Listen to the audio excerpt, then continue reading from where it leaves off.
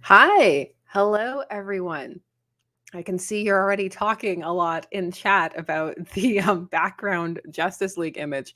Before we get into everything, of course, can you hear me? You should be able to. I think we should be good. We have lots of things to discuss. I have so many things. I'm not sure if we're going to get to all of them because Marvel also dropped their solicits. So we have that. It could be a lot of reading. We'll see how we feel as all of this goes on. How is everybody? How is Saturday evening? Friday? What day is it? Wow, you see, that's how my week's going. It's Friday, right? There we go. That's my secret. I'm always tired. Who has been keeping up with the various happenings and scuttle news around various DC, Marvel, all of that stuff? I hope that you are having a good day. Did you get a chance to look at the Batman things? I ended up posting a quickie video for that just because the interaction on the post was amusing me so much. I wanted to talk about it a little bit more. It's been quite the week in terms of things coming out. Oh, if you're interested on hearing some boots on the ground kind of just news about what's happening at San Diego Comic-Con. Amanda is there and she's posting about on her channel. So Amanda McKnight, if you want to see what's going on, she even talks about some stuff in the DC panel that none of the outlets have really picked up on. For one thing, I don't know why none of them are talking about how Absolute Superman, there's a huge Brazil connection. A lot of it's going to happen in Brazil. That feels like something you'd talk about, but it's Swole Man who's taking all of the all of the attention because he's so big. He's taking up all of the room. I saw that some of you were talking about the look of some of Superman's endowments on that Justice League panel. I have to say I hadn't zoomed in and enhanced and looked at it like that, but now I can't unsee it. So thanks for that. Now when we look it up, I'm just gonna be looking at the super package. So I see a lot of you are discussing whether, like, why, because why not? You can see that they have been building up to this one for a little bit. It feels like it'll have more gravitas and pizzazz than Dark Crisis. The whole handing back over the Justice League does feel a bit lackluster. One of the things I couldn't tell if people were being facetious or not was they kept saying they left or they were gone on the community post that I put up about whether you were excited the Justice League was returning. Because to me, it definitely feels like they've been gone for a bit. It's been about 2 years. But then I'm pretty deep into the comic book trenches. So I'm like, maybe not everyone noticed. Did people genuinely not notice they were gone? I missed having a Justice League book to read personally. Not there's anything wrong with the Titans at all, but the handoff to that was not as strong as it could have been because the way that the Justice League disbanded after Dark Crisis had big we should disband when we have the chance energy. So now they're going back to them. It's just like, oh, they're back. Yay. I'm excited to see them back. The lineup looks a little bit interesting. The art is going to be nice because Dan Mora is going to be on it. So why don't I pull up the first thing since we have so many various tabs and the like to look at this evening. So let me find it in my various tabs. Ooh la la. There we go. Well, I have another one for this where we can see this image more straight on, but this article from Adventures in Poor Taste just happens to have a few more shots from the panels. So we'll go through that. We've got a nice dark side back here. We've got a Captain Atom in the back. We've got Star Sapphire, which is interesting, but not Hal. What happened to Hal? Did he fall in another bar of soap? And he couldn't make it? Kind of like Bruce's, is that mech armor? It's silver. Something's going on with his armor. And now I'm looking at Superman and his super package. So thank you, Michael J. Hilliard, for that. So this is Justice League Unlimited #1. It's got the same name as the cartoon. It's the same year as the anniversary for the cartoon, which started in 2004. So we have that bit of connection going on. Let's see. This was announced at the Absolute Power panel, and it's going to be written by Mark Waid with art by Dan Mora.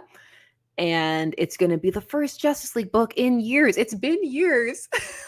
That's why I was genuinely a bit taken aback when people were like, they were gone. They were. So the team appears to include Superman, Flash, Black Lightning, Batman with a super suit, Wonder Woman, Star Sapphire, and Captain Atom, clearly showing his dark side. Dark side is on the top of this promotional material for us to look at.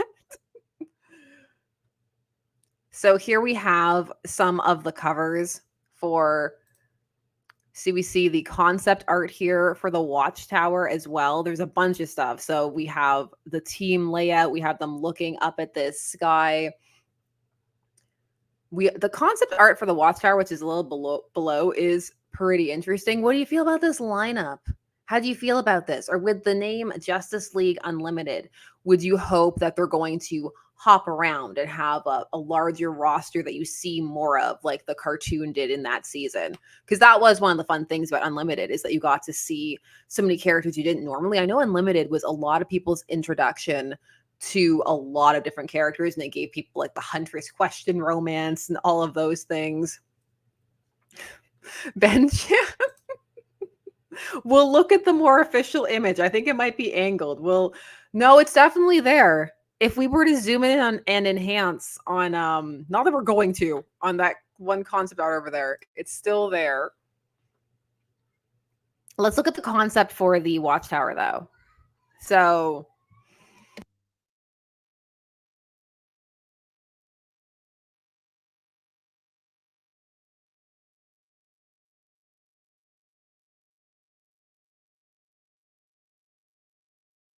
there we go. Are we back? Are we experiencing mic difficulty? We might be. So give me 1 second while we deal with that. In the meantime, look at the art and tell me how you feel about it. What do you think of it? Does it look cool? I think it looks pretty cool. It's kind of got an upside down, like Deep Space Nine kind of thing going on with it, which is pretty neat. Is it giving anybody else Deep Space Nine vibes? Just a little bit? Some DS9 energy?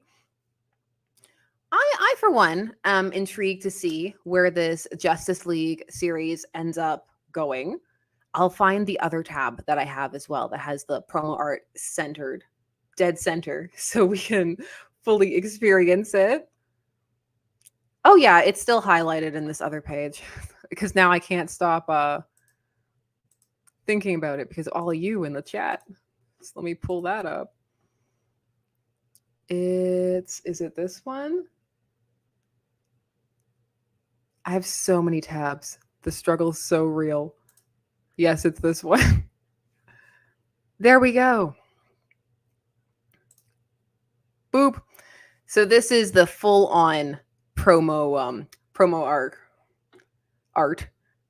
It looks very smooth and clean here. It looks nice. This is just a nice promo image. It doesn't have much more info here. Some of the other stuff that came out of this panel was, for example, the fact that they wanted to call Absolute Power powerless, which I'm very glad they did not go in that direction, because that's one of the things that people were not too intrigued by about the whole pitch, was that they were going to lose their powers again. So I think that it was a better choice to go with Absolute Power, also because then Absolute Power ties into the Absolute DC. It feels more premeditated that way, although some people won't stop making Absolute vodka jokes, and I don't blame them.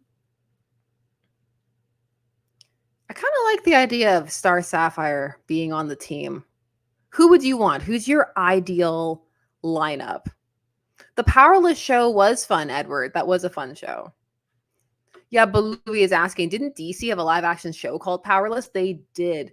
And maybe that's what made it not happen, that some people might have been confused and thought it had something to do with that instead of the team losing their powers to Amazos. Have people been keeping up with Absolute Power and the tie-ins? I have. And one of the things that is incredibly amusing is that Sarge Steel is drawn differently in every issue. He looks so different. He's the one who looks the most different issue per issue. The better YouTuber named Logan is saying, I thought it was a riff on Absolute Power Corrupts, absolutely. But if it's a late name change, maybe there's zero connection. I mean, that's such a commonly known phrase. I would assume that there would be some kind of connection in that regard. One would hope, because it's right there.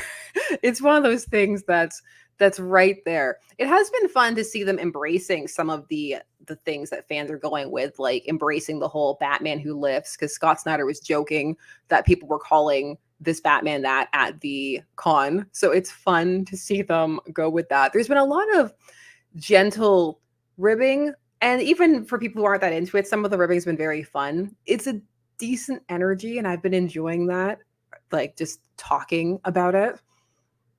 So let me close a couple of these tabs so that we can pull up some of the other things, because I have Substacks to look at, because some people want more information about some of the other characters, because they've really been foregrounding Batman, Absolute Batman. But of course, you also have the Absolute Superman, Absolute Wonder Woman. They announced Absolute Flash, but those haven't had quite as many details. But there's some stuff out there about Wonder Woman. And also Kelly Thompson wrote about it on her Substack, because people out there having Substacks, and they're fascinating to take a look at. It was funny because during the whole time of the leaks about a week ago, there are people scouring Reddit and places, but then on the 19th and some other days, some people just post about it on their Substacks. People didn't look for it. I feel like there was such a big push for Substack a few years back, and then it just kind of quietly got forgotten for a little bit. Do any of you check out Substacks? NA55, thank you very much. It's hashtag Catchrospective. I know, Danny Ketch.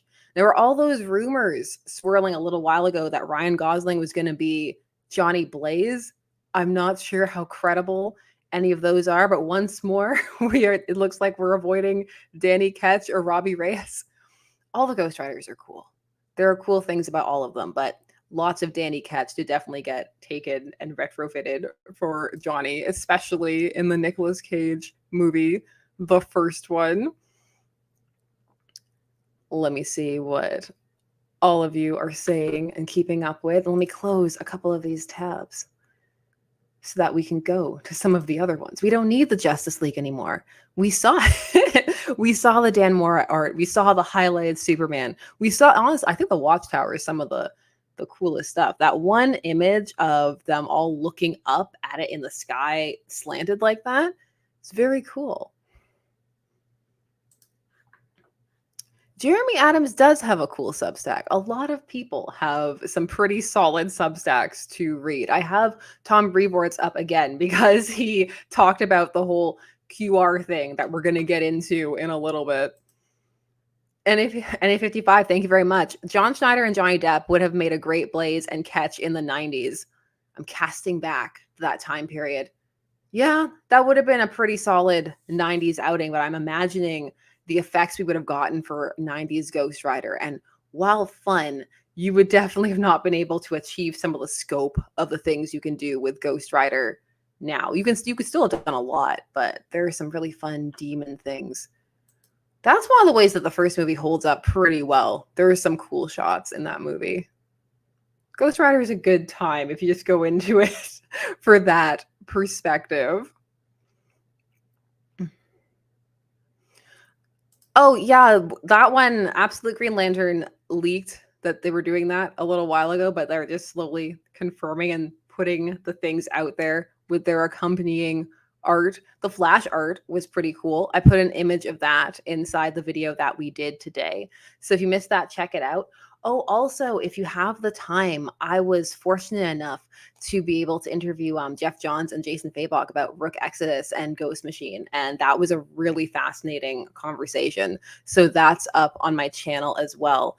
That was really, really interesting. They had a lot of interesting things to say about the work, and it really adds a level of appreciation to what they're trying to do with Ghost Machine and all of those titles and outings. So I've linked it down below. If you have the time, it's worth checking out for sure. Do I have the Substack? Yes, I do. And I have absolute Wonder Woman. So we'll go for the generic stuff first, and then we'll go and we'll look at the actual Substack for what Kelly Thompson had to say about it. Jason Aaron also has a Substack, but it's more newsletter format. So it was a bit different. It wasn't as much of a personal thoughts. It was more like, this is coming out, this is when, here's who I'm working with. Jeff Lemire's is a little bit like that as well, unless he's talking about his own stuff, because he also has a Substack. I'm telling you, it's like that Toy Story meme. Substacks everywhere. There are a lot of them. Yes, there are. Astronite 282. Yes, I did. Yeah, I did. The interview went up yesterday. If I remember my days right, yes, it was yesterday that interview went up on my channel. And I have another interview coming up, should be live on Monday. So I'm going to be plugging away, editing that on the weekend, because I can't not put lots of B-roll on top of things. I need to. Alvin's outside, but not right now. Later. Nightwing, thank you very much. It's appreciated. Sorry about the demotion for the Titans. Hopefully, Nightwing will still get to do lots of stuff. That image of Batman in the Nightwing costume is very amusing. He's just so much bigger than Nightwing. That's just an image. It sticks in one's mind. So let's pull up some of the more information that they are sharing. There we go. No, I have to do this one. I have choices now because I've made various layouts, but it's got to be this one. All right. So this one just gives a bit more info on some of the things that they talk about for this version of Diana, because there's been a bit less like this that she's riding. It's a Pegasus. That's a black Pegasus that she's riding. Stanley Perry talks about, we knew that the character was iconic for many people. I wanted to do her super strong with muscles, but at the same time, I wanted to make her kind. That contradiction is very hard to put on paper. And then they gave her a giant sword. So this one is, she was raised in hell. She carries the sword the size of a keyblade and is a witch in addition to being a warrior. So they're out there about the magical connection that they're going to have with this version of Wonder Woman, which could be a very interesting angle. They showcased some of her armor. It has a very Ares Hades look, depending upon which version you're watching, because they've done similar-ish looks for how they've armored both of those characters, depending upon what you're looking at. So let me grab the Substack. We'll read this because it's Kelly Thompson in her own words talking about it. So let us pull that up as well. The tabs are slowly diminishing and it feels good. It feels right. Okay, so this is what we're looking at for this one, which is not trying to overwhelm you with 2 posts in 2 days. Oh, you're not ready for those TikTok level posts or YouTube posts, sometimes multiple posts per hour, not just 2 in 2 days. But this one felt worth it. I hope you'll agree. I finally achieved a long-held dream of writing Wonder Woman, and I'm doing it with the most incredible team, and artist Hayden Sherman and colorist Jordi Belair and editor Chris Conroy. Here we get the full image of her riding the Pegasus. I'm not logged in. That's why it's telling me to do stuff. It's like, you need to sign up. I am signed up. I'm just not logged in. Not right now. It's wildly hard to talk about this stuff. I want people to be intrigued and excited, but also I love the first issue so much, and I deeply do not want to diminish that reading experience for people. So it's going to be a bit tricky. I'll tell you what I can. I'll also say this is the best place to stay up to date with whatever is going to be shared. So if you're interested, you heard it. You heard it on her Substack first. Go look at it. I literally cannot wait for you guys to see the full wild book. It's too late for me to commit to a really loud There will definitely be some new details and images coming out next week at SDCC, and I'll put all the info up here as soon as I get the all clear. You can also read about the existing official link here. Here's what we know. Absolute Wonder Woman on a totally not demonetizing my stream Pegasus made of bones. So, subtle like. We also know the first issue is 48 pages, 30 story pages. It's out everywhere October 23rd. It's ongoing. It's amazing. Okay, the last one is subjective, but I'm still right. This book is still in its infancy, although something like this has a long and detailed infancy, but it's already one of my favorite things I've ever worked on. And while most of that is being in love with the Diana and the idea, and with my creative team, in love with the Diana. Yes, I'm not mad. That's what it says. Part of it is also the whole absolute universe and the very ideas of DC all in. It's exceptionally fun to play in this universe of ideas we already love and brand new ideas we've never quite seen like this before. And I'm sure it goes without saying that the other two debut books, Batman and Superman, by incredible creative teams of Scott Snyder and Nick Dragotta and Jason Aaron, he's not writing Green Arrow, and Raphael Sandoval all are pretty freaking strong. With creative teams like that, it's no surprise everything I've seen and experienced being a part of Absolute so far has been just really Grawlix great. And then she goes on to talk about Birds of Prey. So that's what I see some of you have things to say. So let me catch up with you. K Booty, thank you very much. Contribution to the Wig Fund. Thank you. For there is one that has caught my eye. It's got the most punchline vibes of any of the wigs thus far, and I'm very excited about it. Common Sense, thank you very much. You think Kelly will expand the Diana's witch mark? We shall see. We'll see where that goes. Is the idea of her delving back into more the witchy side of things, putting the book higher up and being exciting for you, or lower down? I've seen both. What are you feeling? What do you think? Elizabeth Lori is saying 48 pages, 30 story pages. What are the other 18 pages? They got stuff, extras, things, which is going to be a good segue into what we're going to talk about. There's going to be other stuff. I'm going to leave the Birds of Prey stuff because that's not our focus. I just want to share some more of the Wonder Woman stuff because I feel like there hasn't been as much of that in the mainstream because it's been pushed out by Brute Wayne's arms. There's no space for anyone else. It's growing on me. The roided out Bobby Hill, it's kind of growing on me. I'm going to be there, though, for all of them. October 23rd, what a day. And don't forget, last time we streamed, they were also promising the new Iron Man on that day as well. So there's just going to be a lot happening. Do I have any other for the absolute things? Or I feel like we're going at like a really good clip. This is good. No, this is a Marvel thing. That's different. That was another SDCC thing. I found a Marvel one as well. I felt like it needed to be even. It felt very stacked in one direction, but that's also how it's been at the actual convention as well, because they just have way more stuff going on. Oh, do I dare try and attempt to pull up Bleeding Cool for some of the extra images? The ads are out of control right now, but that can be part of sharing the experience with all of you. And there's a couple of extra Superman ones on here because there also hasn't been as much for him. So we can take a look at that as well. Hand of Omega is saying, does Batman even lift? Guess so. One of my favorite comments I got on the video I posted today for the Batman Who Lifts was, do you even justice, bro?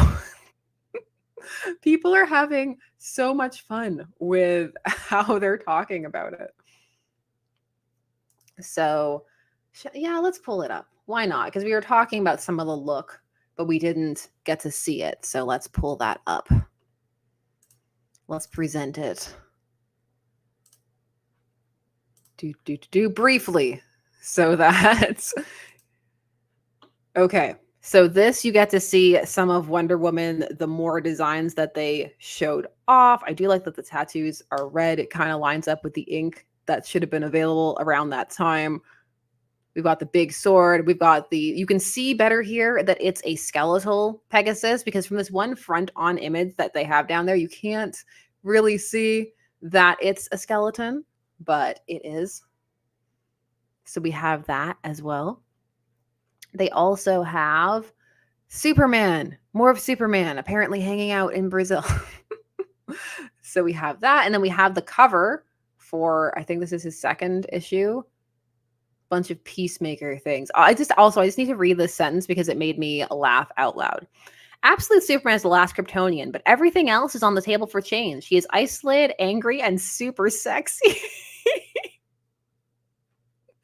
Is that I hope that's on his note page, just like how Bruce had thick boy on his. Now I just like to imagine that Superman has super sexy on his.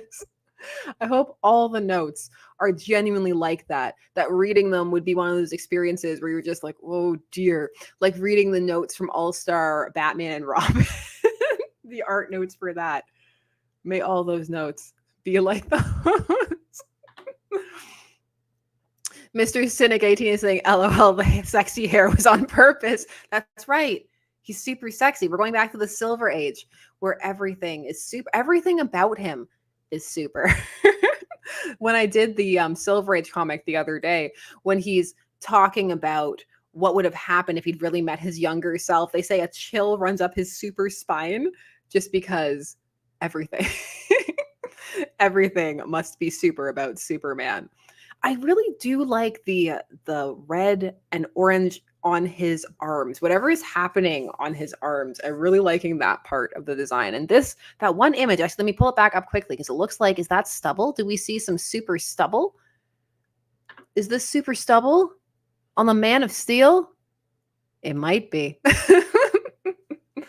It might be. We'll have to see. So where are we? The more that you are inundated with, how does it make you feel about everything? A Lantern's Own is saying, Batman, that's my purse. I don't know you. I know. I've seen so many Bobby Hill quotes. It's been great. Whoa. You're very close right now, Alvin. You're so close. Stephen Foreman is asking, what kind of razor does he shave with? That's the age-old Superman question. Remember in the animated series where he just used his own laser eyes in the mirror? That's what a lot of people think he has to do because it's so strong. The hair on his face. These are the deep questions that keep people up at night.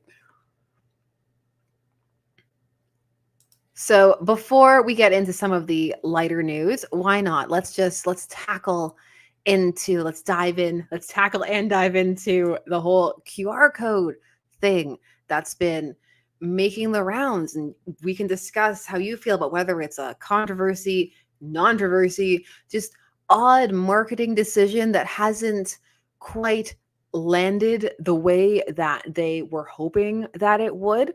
So there are a couple of articles, and then there's also the Substack itself from Tom Brevoort, which I, of course, needs to read because that, like I said last time we took a look at it, it is very much like reading an old letters column, which is very, very fun because there's that energy too. But at times it makes you sit and ponder and think and wonder if you're going mad at the same time. So the whole QR code thing is that at the end of the first issues of the new books that are launching in the X line, there's been these giant QR codes after the last page. And these QR codes lead you to an extra page with stuff on it. And so this has led to a lot. There have been some people who feel this is a really big deal and some people who feel that it isn't. And there are a variety of different angles that this has been approached from. And I find that very fascinating. There are some who feel that this is hidden content that should be put in because what's on the page. So I'll pull some of this up and we'll see the PR spin and also some of the backlash as well. So it's going to be interesting. Common sense, thank you very much. When you say absolute Superman has less humanity and more attachment to his home planet, it reminds me of Superman from DC Mech by Kenny Porter. Great comic. Oh, they haven't said that he has more attachment to Krypton. They have just said like he's without anything. There's like, they just describe him as unmoored, especially if you look at the solicit. They just put him as very detached. They haven't been quite clear about what he's attached to or feeling, except, just that he's got great hair, apparently, is the thing that we really need to be focused on. Lantern Zones is Thomas Wayne. That boy ain't right. Keep him coming. That's good. Grumpy Goat, thank you very much. Do you think DC will use the absolute line and its apparent gritty realism to allow the Trinity, especially Batman, to kill their enemies? I'm very intrigued by why so many people are saying gritty realism, because the stuff that I've seen hasn't lent itself in that direction. It does feel like they're trying once more to be a bit more edgy, but I wouldn't say they're going that far, especially when you see things like on Bruce's page. It's like, look at his cute French bulldog with its little bat ears. Look, he's got reading glasses on. That's not the energy and vibe I'm getting from it, but we shall see. Who knows? Maybe we'll have more people joining the Neck Snap Club. We can add some more people to it. You know, they're always accepting new members at the DC Neck Snap Club, and just the Neck Snap Club in general for the adjacent members, you know, over at Marvel and the like. Michael J. Hilliard, thank you very much. Where are you going? When are you going to get tattoo work like absolute Wonder Woman? It's too late, because this arm is already doing something different. So we can't do that. It would have to be on the other arm, and I'm already committed to this arm. And it already has a plan, and it's not the absolute Wonder Woman plan. So I will, alas, never have an arm as cool as absolute Wonder Woman. For those who think such things are cool, which I know not everyone does. I do. James Perez, hope Lois joins the Neck Snap Club next. Well, I mean, she is going to be Superwoman, so she'll have ample opportunity. So let's pull up these QR codes before we get waylaid with the Neck Snap Club. Hold on. Oh, who's in the Neck Snap Club? Wonder Woman's in the Neck Snap Club. Hal's in the Neck Snap Club. The Flash is in the Neck Snap Club. Barry Allen Flash.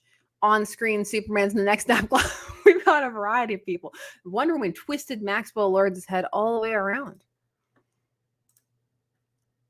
That was intense neck snapping. Okay.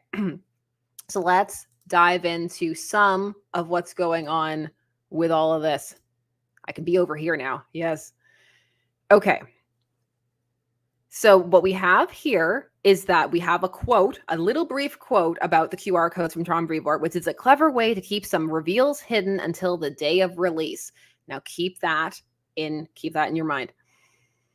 And it gave us a page whose contents we could conceal until the day of release, thus avoiding any early spoilers. So the most important thing we need from this one is this. This is the page. So this is from X-Men #1. I think this was the X-Men one. If you went to the QR code and actually bothered to pull up your phone and do it, you got this reveal page of the villains. So that's some would argue that is a pretty big deal, because it's a bit different than they try and compare it at one point to extras that they would have in like the Claremont era or earlier. But a lot of times those would be things like pinups. You would have a pinup art page or the like. This does feel a bit plotty, and some people feel that this is integral to the plot. So let's talk about some of the reasons people are not going for this. Some people feel that this is hidden content, that they paid for the entire book and now they don't have the entire book. This is especially for the people who bought physical copies, because then they have this digital page that is not inside of the book itself. It's a bit different for people who bought digital, but some still wish that it was attached to the book itself and not some separate page that they had to go to. And I personally I'm not sure about how the whole spoiler angle looks into it, because they also equivocate it to the kind of like behind the scenes or coming soon page. They use the phrase coming soon, but a coming soon page isn't a spoiler. So I'm not sure why you would have to hide it. Also, if people want to look it up, especially in this day and age, they will, and it's right here anyway. So I'm not sure how that would hide spoilers. One of the other things is some people are now concerned about how long they're going to maintain these web pages with these extra pages. They're going to include these pages inside of the trades when they do come out. For me, that was the one that it felt a bit double dippy to me, because some people, especially people who are buying physical copies, you're kind of in a way asking them to buy twice potentially if they want all of the pages together at the same time, which is something, especially because of the collector's mentality, I can see a lot of people wanting. There is, what else was there? There have been, oh yes, the nerdiest one, and the one that I spent the longest time pondering, just because of how nerdy it is, which is, if this is let's say this page is a first appearance page for some characters. Now, when you go to be a nerd and put it in the first appearance section of this character first appeared, can you put the first issue, number 1, or do you put the trade issue? Because if the page is not included physically inside the book, does it count? Does it count? This is a question. The idea also of then wait for the trade, I'm not sure how great that is from a business perspective, because since it's a monthly format, you don't want to encourage a bunch of people to trade wait. One of those things, it sounds like, is that this is a marketing idea, because one of the things they talk about, and I think Gail Simone talked about it when she was defending this, because people went off in some corners, that it was meant to be fun. And I can understand the idea of wanting to add bonus content, extra things, but I don't know, personally, I've never seen a QR code and thought fun. Maybe that's just me. Do you enjoy QR codes? That's one of the things I wanted to ask. Like, when you see a thing and it has a QR code, does it make you want to whip out your phone and you're excited to see what it is? Or do you have the, oh, now I got to get my phone and get the QR code reader, which, depending upon how good or what your phone is doing, may or may not, I don't know. So before I had to download multiple apps for my QR code thing works. So I don't know. I personally, when I got to the QR code page, wasn't like, yay, a QR code. It wasn't something that filled me with rage like it did some people. It was just kind of like, oh, this is an extra step to go and get this extra page. But at the same time, it also wasn't, yay, QR code. So this is the page. This is the page that you would get if you scan the QR code. I do very much sympathize with people who want it all together in their floppy. I can totally understand that. I can also see people who feel that's not that big of a deal. So I can see it going both ways. Now, of course, I have the quotes. Let us go to the actual Substack page and read them directly. So let's see. First, we'll go to the first one, where it was the first little bit of people talking about it and coming in with like, hey, why? But why though? I feel like there's some but why though energy. So let's read it. Why not? We're here. All right. So the question we have about here is from Matt Prezilla, who's asking, what was the strategy behind including the 3K bonus page as a QR code rather than printing that page within X-Men #1? So he answers, well, Mark, it was a bonus page to begin with, an extra page. We didn't scale back the contents of X-Men #1 in order to do it, and it gave us a page whose contents we could conceal until the day of release, thus avoiding early spoilers.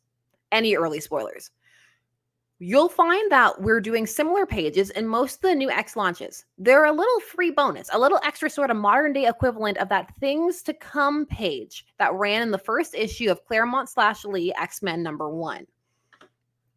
So, Matt Krenz, thank you very much. This whole debacle is a don't you guys have phones 2.0. It does have that energy, doesn't it? Don't you guys have phones? There are people out who don't like using phones much, and those who hate using QR codes. It does have some don't you guys have phones energy. That clip will forever be fantastic. One of the things here is I feel that there is just, I'm having a hard time wrapping my head around the whole, like, we were trying to have something that wouldn't be a spoiler, but then why have it in the issue at all? And then, I mean, it's not in the issue, but then where were you going to put it? Were you going to put it at the start of the next one? But then you didn't. It's this extra kind of hanging out there page, which is a bit different than a pinup or something, because it is a plot page, even if nothing amazing is happening on it. It is like one of those reveal pages, like when you see a villain's hand for the first time. So I don't think it's the equivalent of a things to come page, because a things to come page, you wouldn't need to hide from spoilers. I'm having a hard time wrapping my head about it. This is the whole like discussion about how the spirit of on the page versus what was their discussion about the thruple all over again. It's the way it's worded. It's slippery. Like, let me know if you agree, but I just find it a bit slippery. I'm not one of those people who thinks that it's the hugest deal, but it feels like a marketing scheme that wasn't entirely fully thought out for how it would land with all groups, especially collectors, because collectors are such a huge group that are marketed to when it comes to comics, and they like having things all together. Hand of Omega, thank you very much. Please review Superboy 80 and Adventure Comics 278, where Supergirl time travels to trick/team up with Superboy. Those do sound like fun. I need to know what I need to get to on the Supergirl front. I need to get to Supergirl dating like giant romance cover Ginger Lex. I need to do that. Okay, so we also got, but this didn't end here because this has been an ongoing discussion. People are still talking about this and whether it makes sense or not. Gail Simone had a series of tweets talking about how she doesn't understand why people are so put out by this, that it's only going to be for the first issue, that it's just supposed to be a bit of fun.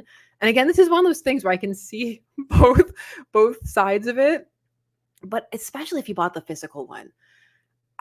Especially if you've got the physical floppy and you're a monthly floppy collector, that part does rankle me a tiny bit with the fact like, oh, just buy the trade as well. Well, what if you're not a trade? What if you don't buy trades? Okay, so then we've got more, but wait, there's more. Well, let's see. Now we need to go to the next week. Seriously, this Substack's great, by the way. I do love that he answers questions. It's so fun. X of Alex. The hidden page in X-Men #1 brought to mind those AR stickers that were all the rage back during Marvel Now. I have fond memories of those and don't mind the extra action of grabbing my phone to scan the code. However, with an eye towards preservation, are you considering putting the page into the collection/reprint of the issue going forward? Yes, Alex. As I said above, the QR pages will be incorporated into the eventual collections, and just this week, somebody threw out the idea of including them if the issues got second printings. Oh. See, I hadn't read this one yet. But it was already too late to do that for X-Men #1, so I doubt we'll follow through with it on the rest of them. That would be if you then had them in second printings. Oh, that would not be good energy. That would not be good energy. I don't think that would be good energy going forward. He said he mentioned it above. I'm going to look and see if he let me scroll briefly to see where. Oh no, you can't not have it on the first then release it in the second, and then that feels like if that were to happen, that would feel like manipulative marketing. Oh no. Just let it ride. Let it be what it is. It is what it is. It was an experiment. It happened. We did it. No, don't do that, in my opinion. Unless, do you think that that's a great idea? Let me know. Okay, so they mentioned it a little bit again up here.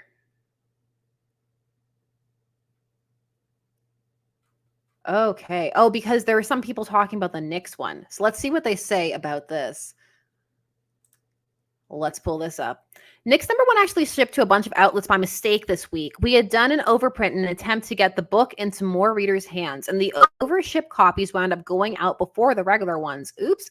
But it'll be available everywhere for real this week. And you'll be able to see this little gem that Jackson Lansing, Colin Kelly, and Francesco Marino have put together for you. Like Phoenix, it was edited by Annalise Pisa rather than by me directly. So that should tell you that it's a step up right there. Self-deprecating humor, but and also for those who are wondering why the QR code in the book, missing H in the didn't work this week, it'll activate this Wednesday once the genuine ship date has been reached, giving you all a look at one of the impending threats that will bedevil our community of displaced mutants. So it's another villain reveal. So these feel like real pages. That's more than it. Do you feel that that's more than a sneak peek, or no? Because if the whole the sentiment here on this sentence was, they're like, you'll find this was a way to avoid early spoilers, but then shouldn't they be the first page or included in the next one? I'm one of those people for whom this promotional attempt is not landing, apparently. I don't think this is Dramageddon or anything like this, but I do not think that this was the best marketing strategy, in my opinion. QR codes rarely are. So, and again, maintaining it, you gotta scan your phone. Mm-mm, mm-mm. And I actually didn't scan the QR code. I just waited for people to post it because I knew they would. I know that's terrible. That makes me terrible. But I knew people would because that's the way the internet is. So, huh. But again, isn't it great that we have all this information on this Substack? I love it. So, for those of you who want a complete everything and who this might bother, I would say wait for the trade. Trade wait, because then you'll have all the pages and it's going to include villain reveals, which does feel like something you would want, because then are they going to reference back to that page because they appeared on that page? I'm struggling. I think I'm too nerdy for the QR code. I think I'm one of those people who'd be sitting there going, which issue do I put? Do I put the QR code page? Maximum nerd identified. And then other people would be like, go touch some grass, go outside. Some people have real problems. And I'd be like, but what page? What page do I put? It's a real problem to me. Oh dear. Oh man. So,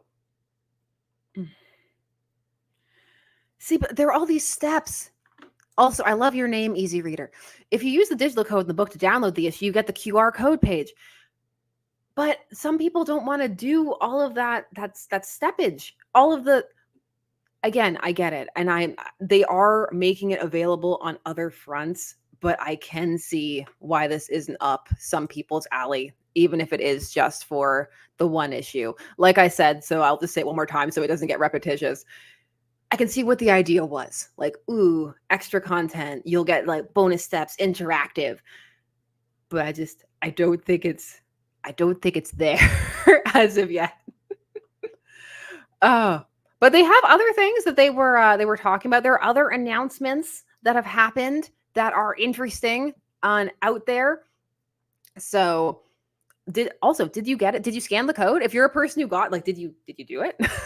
What did you do? Was that something that you did? Did you even notice it? Did you just skip over it? I know some people don't even register when QR codes are there. They just go bloop because so many times they're just something so cheesy. Have you ever had the experience of being at a restaurant and they have those QR codes on instead of menus, and you're supposed to do that and it doesn't work, and then you have to ask for a physical menu, and then it's a whole thing. That's a real thing. That's happened to me. The struggle, the QR code struggles. Maybe that's why I've just been biased by my menu struggles. Benjan, the QR code divide is real. Don't you understand? It's real. You see, it's interesting. It's one of those things where some people are not going to mind at all. And so if you don't mind at all, for people who are like struggling with it or mind, it's going to be like, what is wrong with you? It's one of those things. I can see both. I can see both sides. Okay, so let's talk. I'm excited about this. This is something that I am excited for. It is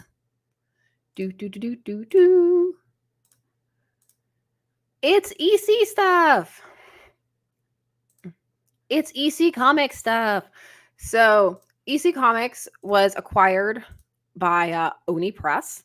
And so they're set to do a whole bunch of horror things and try and get some more EC horror comics into your life.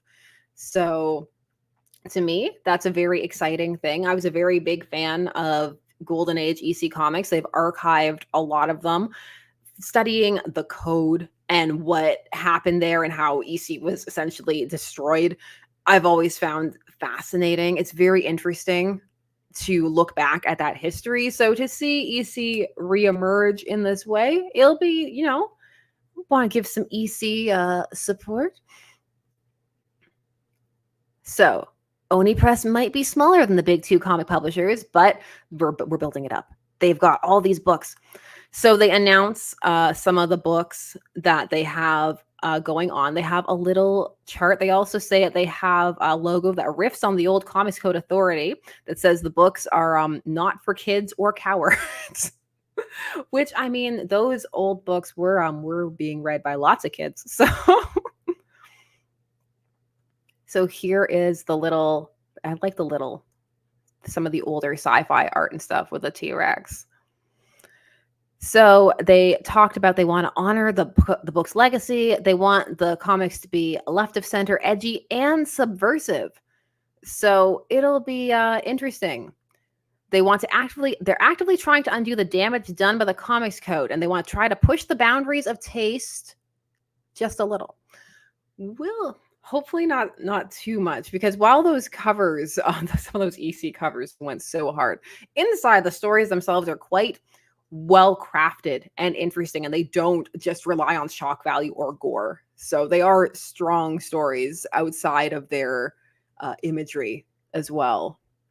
So you can see some of the lineup of what they've got going on and some of the things that are going to be ongoings. It is fun to see that old font and all of that. I'm excited. I hope that it goes well for EC.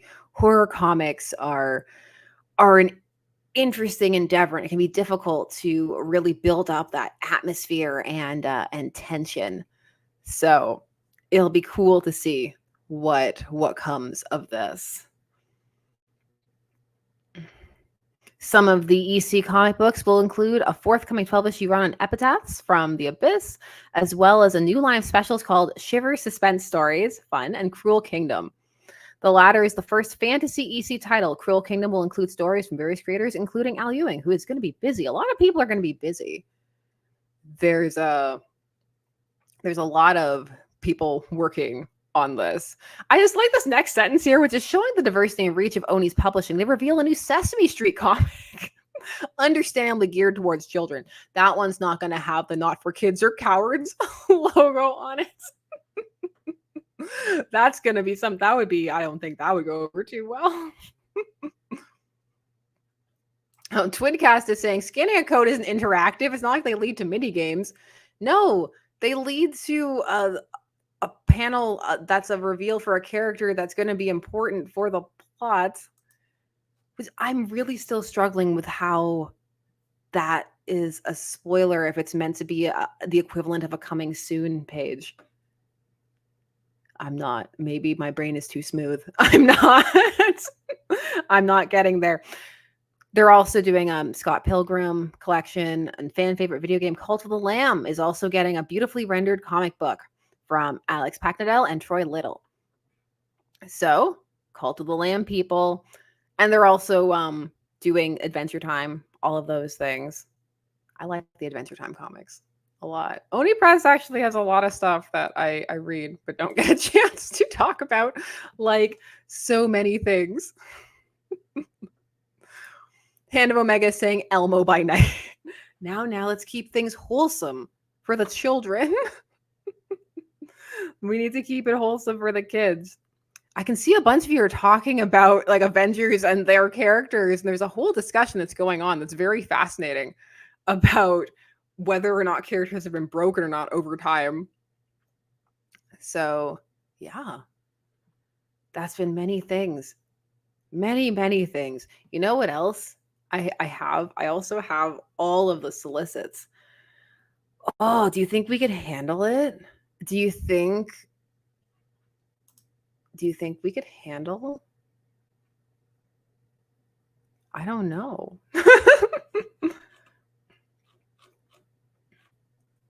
I don't know. Can we? Are these even the right ones? Let me double check before I promise things that aren't even true. Out there with fairy tale dreams of never-ending solicits lists. They might not be. So where do you land? Do you feel that the QR code is a controversy, a non-controversy, just marketing that's And it's going to land for some. And like, well, I don't think it'll land for some. I think just some people won't really care. While for others, it will bother. I'm double checking if I actually have the correct link up. Oh, let me see. Oh yeah, those are solicits, all right. Those are solicits, all right. I'm gauging my mental fortitude. Do they have it on the site I like, though? Because I like it on a certain site. I'm a creature of habit. A creature of habit. Ben Chan is saying, I think it's just a silly gimmick, like foil covers. But you get to take the foil cover home. You get to take the foil cover home. It's not just a digital image on your phone, which is very different. Oh, I'm pulling it up. You're getting the experience of watching me slowly load things. There we go. Why not? I have multiple beverages. I think, why not? We've been talking about a lot of DC stuff. I think we should balance it out, keep it even. Wow, Hand of Omega. EC puts the snuff and Snuffleupagus. It's getting dark. It's getting dark over there. We need some solicits to cleanse the palate. Andrew Jefferson. Does Alvin approve running through the solicits? I don't know. I don't know.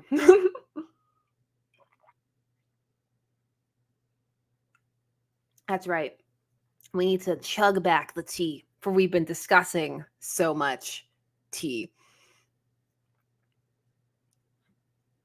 Did Marvel drop the solicits as a QR code? Eric P asks. That's salty.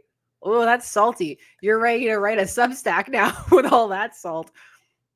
That's what you got to do with the salt. You got to put it out on a page, a Substack page, as nature intended. All right. Let's pull up. Boom. Yeah, we're here. We're doing it. We're doing it. Marvel Comics Solicitations, October 2024. We got From the Ashes, A New Beginning, Storm. Lots of very nice Storm covers. So if you like Storm, you've got some choices. We've got Storm #1 by Mura Ayodele, and then we have Lucas Wernick on art. Many a variant cover. All right. Now, Earth's Mightiest Mutant, now headlining her own solo series. Aurora Monroe has lived many lives. She's been a thief, a goddess, an X-Man, a queen, and now an Avenger. She is the most prominent, most respected, and most powerful mutant on the world stage, and in that role, she intends to be a force for positive change. First up, a major meltdown in a nuclear facility in Oklahoma City draws Storm from her sanctuary in Atlanta and into a moral conflict that will test her iron resolve. Guest starring X Factor's Frenzy. Ooh, I hope he's going to stream it because that's what's going on in X Factor. Retailers/consumers, please inquire regarding foil pricing. We have Moon Knight, Fist of Khonshu. Ooh, I like this one. I like that one a lot. I always like when they do the extra bandages, even though the proportions from this arm to this arm feel a little wonky, but I'm loving the bandages all up on his arm. This is Fist of Khonshu #1, written by Jed McKay, and then we have art by Alessandro Capuccio. Mark Spector, back from the beyond? As an avatar and agent of the Egyptian god of the moon, Khonshu, former mercenary Mark Spector has died and come back to life on more than one occasion. To the ignorant, his fate beyond death's grasp may seem idyllic, but being chosen as a Fist of Khonshu comes with a heavy cost. And like bones in a street fight, Mark Spector and the multitudes he contains may be about to break. We have Iron Man, as promised. Steampunk-looking Iron Man. I really do like this Iron Man. I really like this Iron Man look. Let's see. Storm Sanctuary. I hope it's not a cave. No, it's not a cave. Aw, look at the cute Scotty Young one. That's really cute. I always like the Scotty Young covers. Iron Man #1, Spencer Ackerman, and then Julius Oda. A new brutal era begins. Roxxon and AIM team up to take on Stark Unlimited, but they're ready for the old Tony Stark. This one, he's a lot angrier than he used to be. Iron Man is going to war. New armor, old enemies, and unbelievable twists abound in this fresh take on a fury-powered Iron Man from Pulitzer Prize-winning journalist Spencer Ackerman and groundbreaking artist Julius Oda. I wish they had an adjective for this one. The angry, like the irate Iron Man. There we go. Because he's a lot angrier than he used to be. We got to get that in there. Got to add some more adjectives. Venom War. Last time we were overwhelmed with a lot of Venom War. We shall see how we go this time. Needs more tongue. Venom #38 by Torun Groenbeck, and then we are by Kafu. Old Man Venom's time quest continues. Old Man Dylan Brock's adventure through time to bring an end to the Venom War takes him to one of the darkest places, the realm of Thon. Yeah. Can even Doctor Strange help him when confronted with the ultimate temptation of evil? Alvin, are you the ultimate temptation of evil? Alvin? Venom War. #3 of 5, written by Al Ewing with art by Ivan Coelho. Ooh, we have a Team Eddie variant. We've got teams. Team Dylan variant, Team Eddie variant. A 3-way war for the symbiote. Eddie Brock, Dylan Brock, Peter Parker. Where's our Team Peter variant? Who is the ultimate host for the Venom symbiote? If the wrong one wins, it would spell disaster for the world. But which can save us all? The tide of the war turns here as one of the contenders is eliminated. Zombiotes.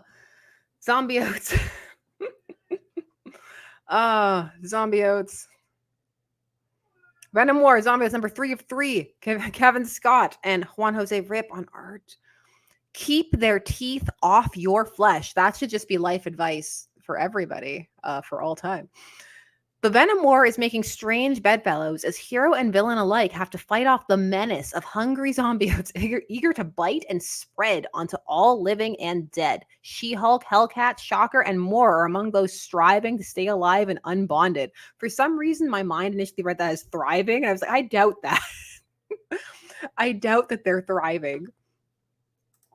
Andrew Jefferson says, Alvin should get the Venom symbiote. I mean, he's certainly campaigning hard enough for it out there. We have a hentai variant. No, Venom War Venomous. This is 3 of 3. This is by Erica Schultz, and they have Luciano Vecchio on art. Black Widow versus her symbiote? Natasha may be doing everything in her power to rein in the zombiote outbreak and protect the innocent from these horrors, but who is going to protect her when her own symbiote goes bad? Venom War, Fantastic Four. Venom War has all these issues, and it feels like this really big event, but I don't hear about it all that often. What about all of you? I think we need to let Alvin in, by the way. Hold on. He may interrupt, but I think he has things to say. Alvin. Alvin.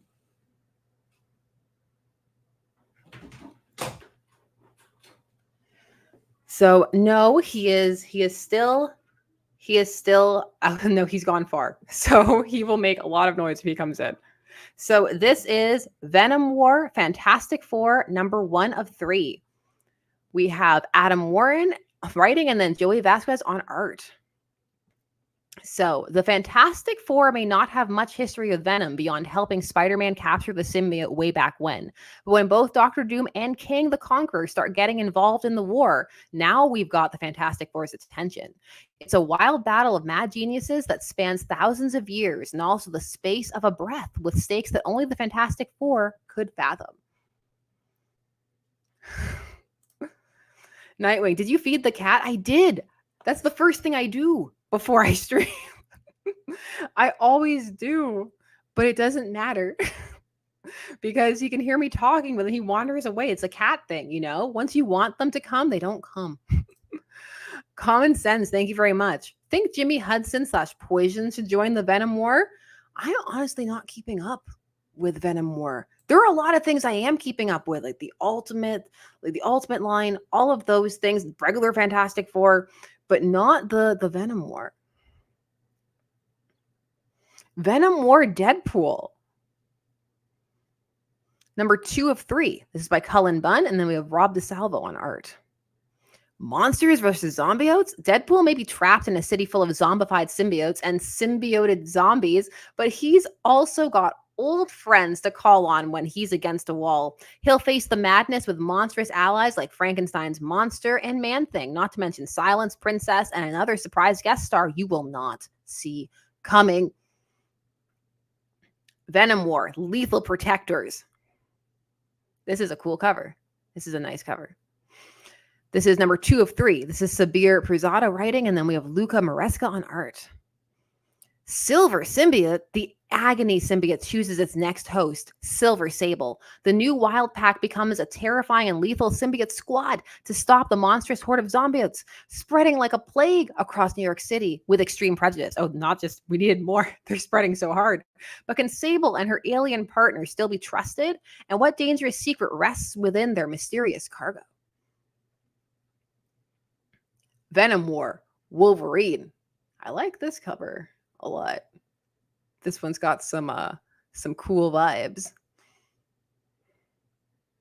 This is number 2 of 3. This is by Tim Seeley and Tony Fleeks, and then we have Kev Walker on art. Logan slashes through the Venom War.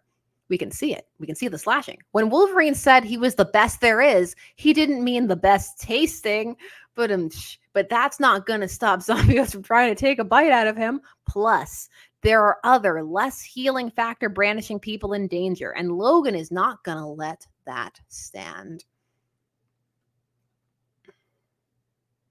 Venom War, Carnage. Number 3 of 3. This is Torun Grunbeck writing, and then we have Perry Perez on art. Carnage versus Meridius. It has all led up to this. Ooh, finally, our first, it's all led to this. Like many gods before him, in order to step into his full power, Carnage must destroy his own creator. Who will walk away from this fight? And in what form? Spider-Man Venom War. How do we feel about this look? How do we like this look? Let's ponder it for a moment. Let's ponder.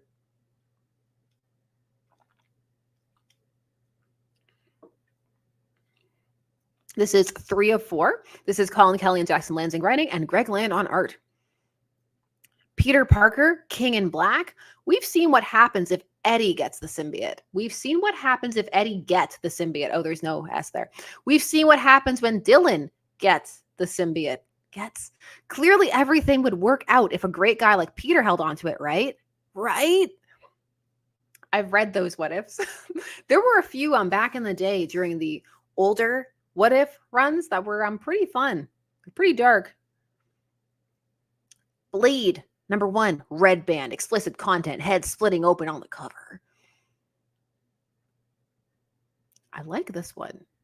This one, I just love the face in the back. This, like, it's almost Sinestro looking because of how red it is, but that looks pretty cool. He's eating a heart here. There's something about the lighting and the shading, though, that I don't know. This one, I'm not as horrified as I feel like I should be for the heart eating that's happening. But this is Red Band, number 1 of 5. Brian Hill writing, and then Cia Villa on art. A new dawn for the Daywalker. For years, Blade has been the deadliest vampire hunter in the Marvel Universe. With an arsenal of wooden stakes, silver bullets, and razor bats at his command, few have known the taste of vengeance and blood like Blade. That's a nice turn of phrase. But after the harrowing events of Blood Hunt, what's left of Marvel's most infamous vampire? Did any of the vampire within Blade survive? Did any of the man? Find out here at the skin-searing dawn of a bloody new Blade saga. Skin-searing, because the sun. Explicit content, $4.99, polybagged. Okay, how do we feel about red band polybags versus QR codes? Personally, for marketing things, I think I'd pick the polybags because, again, you get the bloody images. You get them. You get to bring them home with you. From the Ashes, a New Beginning, Mystique. We have multiple Mystiques. They announced this one. Oh, I like the split covers. I know these are tie-ins for the movie, but they work because obviously she's a shapeshifter, but those are pretty fun. Mystique, number 1 of 5, written by Declan Shalvey, and then we have also Declan Shalvey doing the art. Reminding the world to hate and fear her. How do you track a subject with a history that contradicts itself? How do you stop a force whose motives change like Quicksilver? Name drop. How do you stop a target? That can be anyone. That's the question that confronts Nick Fury as he stumbles upon a web of lies and espionage leading back to Mystique. From the ashes of Krakoa, the shape-shifting mutant terrorist returns to remind the world exactly why it hates and fears her. From award-winning creators. There we go. Action, espionage, targeting Marvel's most mysterious mutant. Common Sense. Thank you very much. You saw Lee Price's Revived as Zombiote? Again, I'm really not. I need to catch up. I think maybe when they collect it all into a trade. This seems like an Omni kind of thing for me if I were to collect it. Kind of like a King in Black or one of those type of Venom events. I've actually been collecting some of the early 90s stuff. When they were doing all of those like little minis in the early 90s. From the Ashes, a New Beginning, Sentinels. I like this one. The negative space one down here. It's pretty cool. Sentinels, number 1 of 5. This is Alex Packnadel, and then we have Justin Mason on art. Who are the new Sentinels? The original Sentinel program was human supremacy and fear coded into circuitry, but now their legacy falls into the hands of mutant kind. Powered by cutting-edge nanotech, this new generation of Sentinels protects a fragile peace between mutants and humans. But when being a Sentinel is your job, your life, is it possible to stay human? Mount up as Alex Packnadel and Justin Mason bring you a brand new team of heroes that will take on the most heinous mutants. Their first mission, capture Omega Red. Oh no, Camry 7 is saying, oh yeah, these guys. From the Ashes, a New Beginning, Wolverine. Is that a Godzilla variant? Yes, it is. Last solicit, they were talking about Godzilla variants. We have one, and I like it. Oh, I like Wolverine jumping into Godzilla's mouth. That's a cool one. All right, this is Wolverine number 2, written by Saladin Ahmed. Then we have Martin Cucciolo on art. Where goes the Wendigo? Who stalks Wolverine in the Canadian North? And what mysterious designs does the Wendigo have on the best there is? Logan just wants to be left alone, but a war on 2 fronts will evolve with an unexpected turn. Don't miss the debut of the all-new Wendigo, as the secret it hides will shape Wolverine's mission. From the Ashes, New Beginning, this is Exceptional X-Men. Always a sucker for the negative space covers.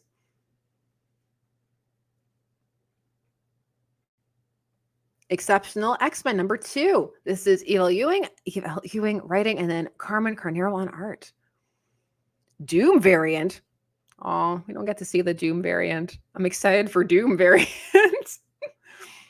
Kate Pryde's continued attempts at living a normal non-mutant life go laughably wrong as she finds herself in the middle of a brawl started by a couple of headstrong teens with remarkable abilities, which of course they're terrible at controlling. She's sworn off being anybody's teacher, mentor, professor, sensei, or anything that reminds her of her old life.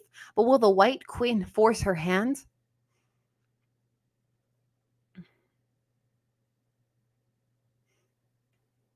The better YouTuber named Logan is trying to find better uses for the QR codes. You're saying there should be variant code covers that are QR codes, so you have to scan them to see what the cover really looks like. Oh, the salt. Salt for days. From the Ashes, Dazzler. This is Jason Liu writing. This is number 2 of 4, and this is Rafael Loureiro on art. No Godzilla variant for this issue. London Calling. Dazzler and her entourage travel across the pond for the next stop on her world tour. But when a live studio session goes dangerously awry, it's time for Domino and Strong Guy to shine. But who is the mystery villain out to cancel Dazzler's performances permanently? Featuring action, heartbreak, and another set of song lyrics. Original song lyrics. I really do hope you can play the song. This is X-Men number 5, written by Jed MacKay, and then we have Ryan Stegman on the art. This one also has a Doom variant cover. While the X-Men engage the social media sociopath upstarts, let's go in there again. I'm ready. While the X-Men engage the social media sociopath upstarts, Kid Omega and Psylocke dive deep into the mind of a troubled mutant. Silence, psychic rescue in progress, but Quentin Quire has never been good at keeping his mouth shut. Are we gonna do some more like another silent issue? Those can be really cool sometimes. The Grant Morrison one from the new X-Men is really an iconic example of that. Social media sociopath. Punchline where? All right, this is X-Men number 6. So we're getting 2. This is Jed MacKay writing, and then we have Netho Diaz on art now. So we've swapped from 5 to 6. So we've got art swap in issue 6. This is while the X-Men attempt to unravel the globe-spanning conspiracy arrayed against them, Temper and Magic work to investigate one closer to home. Merle, Alaska holds more secrets than just the ones kept within the factory, and the 2 mutants must leave the safety of their headquarters and hit the streets for answers. This is X-Force. I like this one. I like that cover. That's cool. That one too. X-Force number 4, written by Jeffrey Thorne. Then we have Marcus Toe on art. Man-Thing strikes as the nexus of all realities is at stake. The nexus of all realities is in danger, I know. Meaning if X-Force can't seal this fracture node, they've got more to worry about than just one old Earth. What extra-dimensional forces stand ready to take down Forge's team? And the Nexus Guardian, the Man-Thing, is he friend or foe? The all-new X-Force series continues to turn up the heat, and will you see what we're cooking? And then we have Nyx, NYX. The Cuckoos. This is Nyx number 4, written by Colin Kelly and Jackson Lansing. They have Enid Balam on art. I like the Cuckoos variant. This is, we're in bullet point form. Genius, student. No ads. I really need to do something about that, but I'm probably not going to. Genius, student, new mutant, young Avenger, X-Man. As Prodigy, David Ellen has been all these things and more, but now he faces his most difficult challenge yet. Facing down his past and looking his present in the eye, Prodigy must fight to understand what mutant culture really means to those left behind by Krakoa, and how far he'll go to protect the mutants in New York City from a devastating and dangerous conspiracy of their own. Ooh, that is an interesting theory. Thank Chia saying, I know we're on Marvel now, but I've seen a theory that Absolute Superman is a Superman adopted by Darkseid instead of the Kents, and I found that to be a very interesting concept. They've flirted a bit with that Darkseid influence, and it can be interesting when they do it. Who else remembers when they had that whole, for the Supergirl, the Return of Supergirl arc? It's really fascinating when they play with that. Is Orion his adopted bro? The questions. This is Phoenix number 4. We have Stephanie Phillips writing and Alessandro Miracolo on art. And of course, there's the art scandal that is going on out there. So beware the God Butcher. His call has gone out across the universe. He will have his retribution. He will bring his awful vengeance to bear. Gore the God Butcher is going to kill the Phoenix. Plus, Captain Marvel comes to call. That makes it feel a bit less dire when it's like he's going to kill her. Also, a friend visits. The Uncanny X-Men. Adrian Parchman, thank you very much. Hey, calm down, Marvel. That's a lot of X's. There are a lot of X books. It is a commitment. I like this cover a lot. All right. Uncanny X-Men number 4, written by Gail Simone, and then we have David Marquez on art. With one X-Man down and hell coming for the rest, Rogue finds herself alone against a power of darkness she is completely unprepared for. No backup, no lifeline, and no way out. And as she fights alone, a secret of the new recruits is revealed. Is one of them the Endling that will destroy all mutant kind?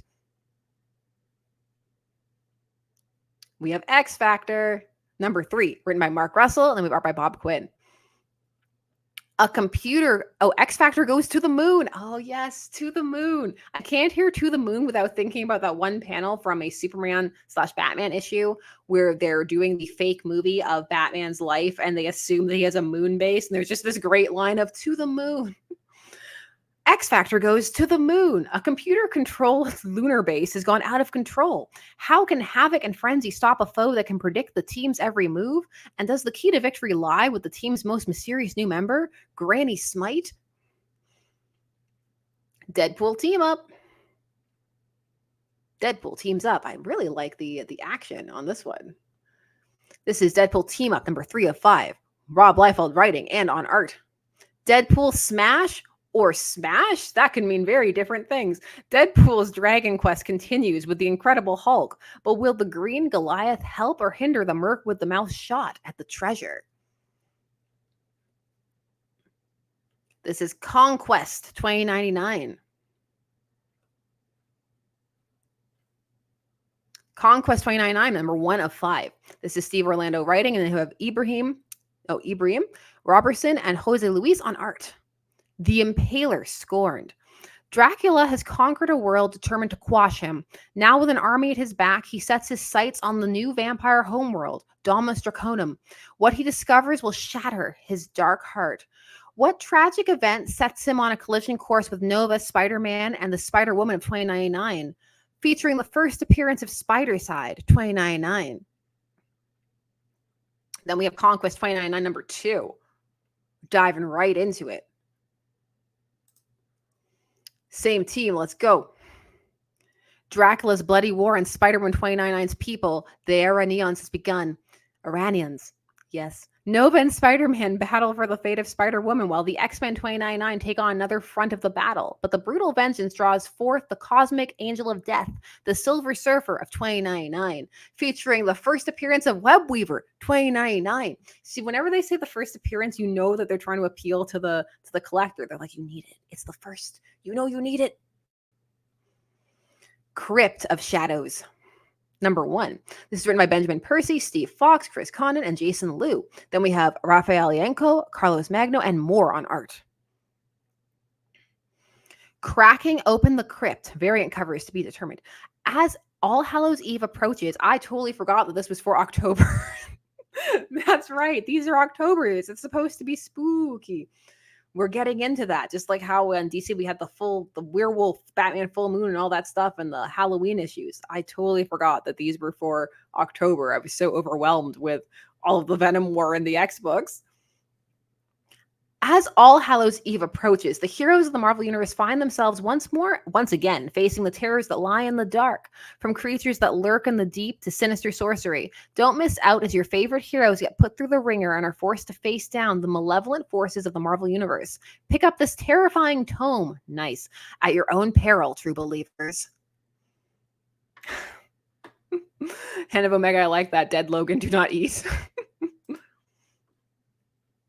Phases of the Moon Knight. Phases of the Moon Knight, number 3 of 4. This is Justina Ireland and Yuji Kaku writing, and then Yuji Kaku and more on art.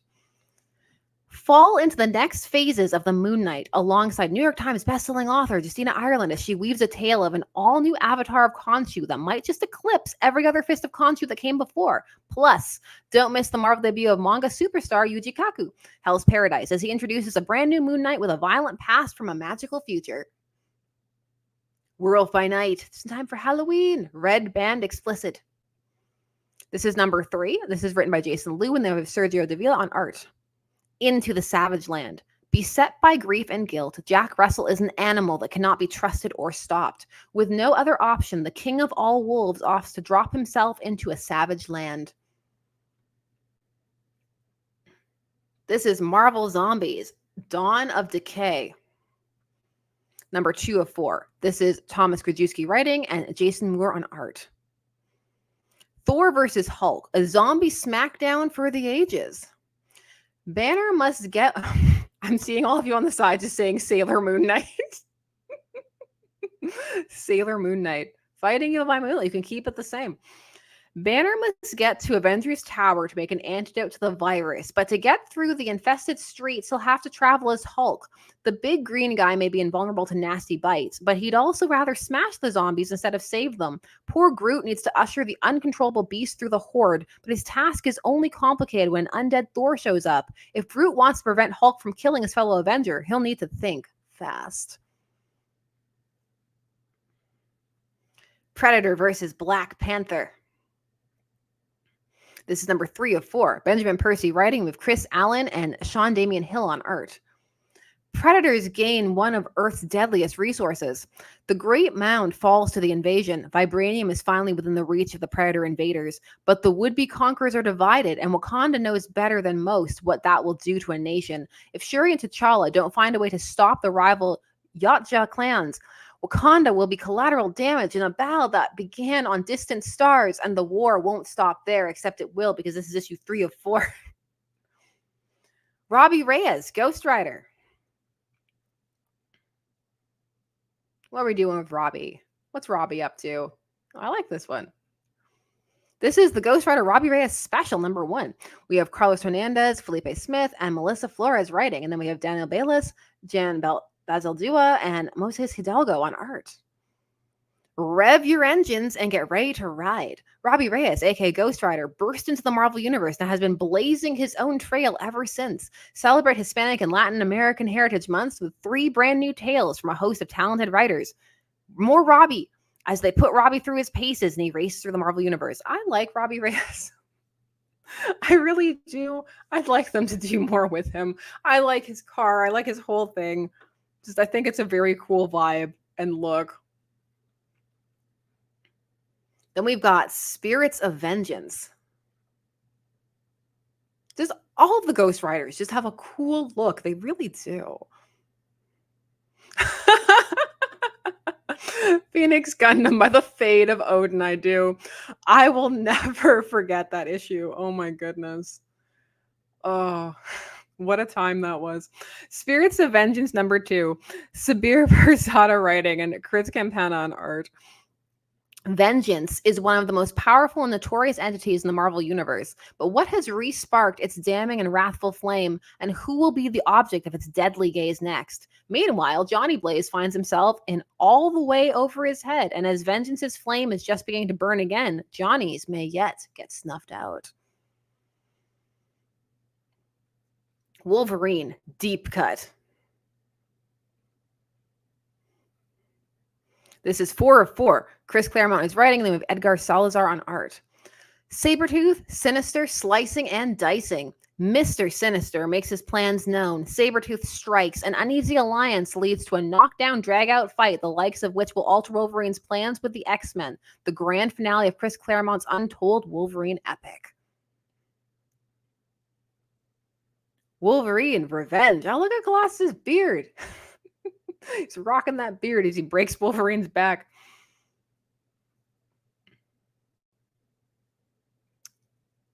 Oh, does it need to load?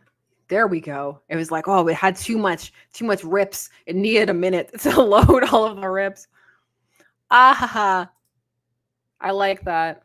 Claude says, gotta catch them all. It works on so many levels. I like it. It's like a double pun because of Ash as well as the Ghost Rider. Yes, it's Revengerine. Wolverine, Revenge, number 3 of 5. Jonathan Hickman writing, Greg Capullo on art. Target, Deadpool, and Omega Red. Wolverine's quest for vengeance leads him from old friends to old enemies. With death in his hands, Jonathan Hickman and Greg Capullo take Logan to the brink, setting the stage for the next unbelievable chapter. Trust us, you'll never guess where this one leads because we're being really vague with the solicit, which is actually kind of nice. Then you got the Red Band, where the brutal battles of Wolverine Revenge expanded with this Red Band edition featuring exclusive pages, bloody pages, polybagged. The Amazing Spider-Man. Is he still having that big fight with Tombstone? Why is this Uncanny X-Men cover just put down here? Amazing Spider-Man. Why is this here? Okay. It's attached. We're doing it. Amazing Spider-Man number 59. Zeb Wells writing. John Romita Jr. on art. The mano-a-mano fight that started last issue is so huge, it took over the cover to here. Come on, come see John Romita Jr. do what he does best with the most brutal fight in Spider-Man history. Spidey versus Tombstone. I mean, it's hard to say that when you have all this other like polybag stuff and the like going on, but we'll have to see. Will this be the most brutal fight in Spider-Man history? I do like the Disney covers. They are cute. I like the little cutlery on Goofy. All right, The Amazing Spider-Man. This is, ooh la la. See, this cover just depresses me. It feels like a commentary on how disconnected we are from each other. Oh no. Amazing Spider-Man number 60. Zeb Wells writing, John Romita Jr. and Ed McGuinness, and more on the art. Special oversized finale. Zeb Wells says goodbye to The Amazing Spider-Man in style with his collaborators John Romita Jr., Ed McGuinness, and some other special surprise guests. When one era ends, though, another begins, as The 8 Deaths of Spider-Man gets a special prelude by Joe Kelly. So this is 64 pages. It's extra. I know some of you are saying it's over. There have been a lot of people who have had some strong thoughts and feelings about this run of Spider-Man. Spider-Man Reign 2, even though it looks like Spider-Man 2 Reign, the way it's laid out. Spider-Man Reign 2, number 4 of 5. Carrie Andrews, writing and drawing. Ravaged by age, traumatized, and now time-tossed, Peter Parker can barely function. Miles Morales doesn't particularly care if taking down his old friend is what is needed to save the city, and possibly all of existence. We have Spider Society, number 3 of 4. Its cover has gone AWOL. That happens sometimes. Alex Segura is writing. Scott Godlewski is on art. We have... What are we doing? What are we doing with this? The most brutal spider book of 2024 will continue to pull. I thought the most brutal spider fight was happening up above. They can't both be the most brutal fight. I got so waylaid by that. Nah, fam. Weapon 8. What are we doing? Stands alone against the Sinister Squadron. It can't go well for him. The Spectacular Spider-Men. Number 8. Greg Weisman writing, Corey Smith on art. A new hero rises. New story arc starts here. An old evil resurfaces, and our 2 Spider-Men are way outclassed. I feel like you could put new story arc starts here for many a solicit. I feel like you could just take that if you don't have time to put anything else. New story arc starts here. Miles Morales Spider-Man. I always like when they include the spider sense. This is number 25. Cody Ziegler writing, and then we have Federico Vicentini on art. And more. Ooh. The Black Panther comes to Brooklyn. Spider-Man is out of control. His vampiric bloodlust consumes him, just as he will consume everyone he loves to quench his unholy thirst. No one can hope to stop this monstrous Miles Morales, but Black Panther is about to step up to the plate. Bonus story, Miles and Deadpool. Oh, Miles and Deadpool scribe Cody Ziegler teases all-out war in Brooklyn when the Merc with a mouth meets Miles Morales. Oh, so it is both. You could read it both ways. I've heard it both ways. Chasm, The Curse of Cain. It's just fun to say. This is number 3 of 4. Steve Fox writing and Andrea Brocardo on art. Droog, the most terrifying Eternal, has found that playing with spiders is good fun. He's taken purchase in Chasm's brain and has now set his sight on Chasm's brother, Cain. Chasm thought his brain couldn't be more fractured. He was wrong. Spider-Man, Black Suit and Blood. Number 3 of 4. Al Ewing, Justina Ireland, and Leonardo Romero writing. We have Juan Cabal, Netho Diaz, and Leonardo Romero art. This is one of those, the colors, the monotoned colors, and it's an anthology, so you'll have multiple stories inside of it. Celebrate the 4th anniversary of Spider-Man's black costume. We've got spills a super secret from Secret Wars, unveils merciless Spidey who shocks supervillain and innocent alike. Then we've got a dark take on the wall crawler that will leave you shaking just in time for Halloween. Spider-Gwen, Ghost Spider. Number 6, Stephanie Phillips writing, and then have Paolo Villanelli on art. Gwen's arrival on Earth 616 hasn't gone as planned. Having to keep secrets has driven a wedge between her and the other spiders. She could use a new friend, and finds one in the form of Jessica Jones. Cover redacted. Huh. Oh, I thought that I thought there was but then we have classified here instead of the solicit. So it's just cover redacted, solicit, classified. Ooh, the secrets. Ultimate Black Panther. Number 9, Brian Hill writing, Stefano Caselli on art. The ultimate sorcerer supreme, magic, mysticism, and metal clash. But the source of this magic is not what it appears to be due to the maker's reshaping of the world. Black Panther wrestles with this new anti-vibranium and deals with the devastating consequences. What is the price of such life-bringing power? And what is the price of trying to master it? We have Ultimate Spider-Man. Cute cover. We have number 10, Jonathan Hickman writing, and David Messina on art. Fan favorite duo Ben Parker and J. Jonah Jameson take center stage in this investigative mystery issue. But in this world of shadows and secrets, every unturned rock leads to danger, and they'll soon have to decide which is the greater challenge, uncovering secrets or keeping them. That one's a really nice turn of phrase there. We have Ultimate X-Men. Ooh, that's chilling. Long neck. This is number 8, Peach Momoko. Who are the children of the atom? What are mutants? Where do they come from? And how has the Maker's Council been keeping them under control? All these dark questions and more start to unravel as our heroes investigate a murder that for some reason the authorities keep covering up, and Shadow King advances his sinister plots. See? It's coming together. The X-Men elements. They're building in this one. The Ultimates. I do like this alternate Hawkeye that they've got going on. This is number 5, written by Denise Camp, and then we have Juan Frigeri on art. Ultimate Hawkeye targets Captain America.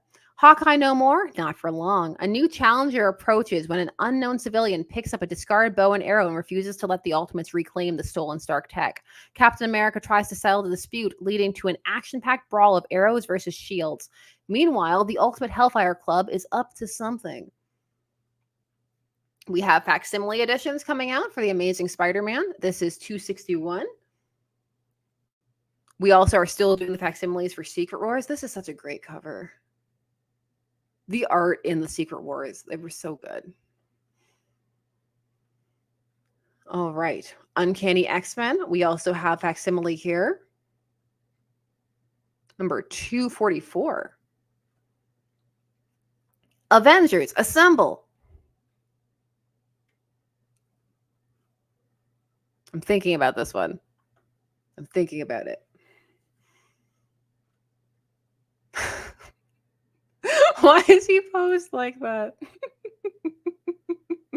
He's representing. I've got an album cover going here. He's holding the fence. What is this album cover one? Oh, I like it. Avengers Assemble, number 2 of 5. Steve Orlando writing, Scott Eaton on art. Captain, is this the jacket variant? That's what we're calling it? Jacket variant. Captain America, Hawkeye, Night Thrasher, and Hercules deploy to investigate a small New England town tormented by the radioactive ghosts of super apes. But are the spectral simians villains or victims? And what is the red ghost doing in Massachusetts? The Avengers.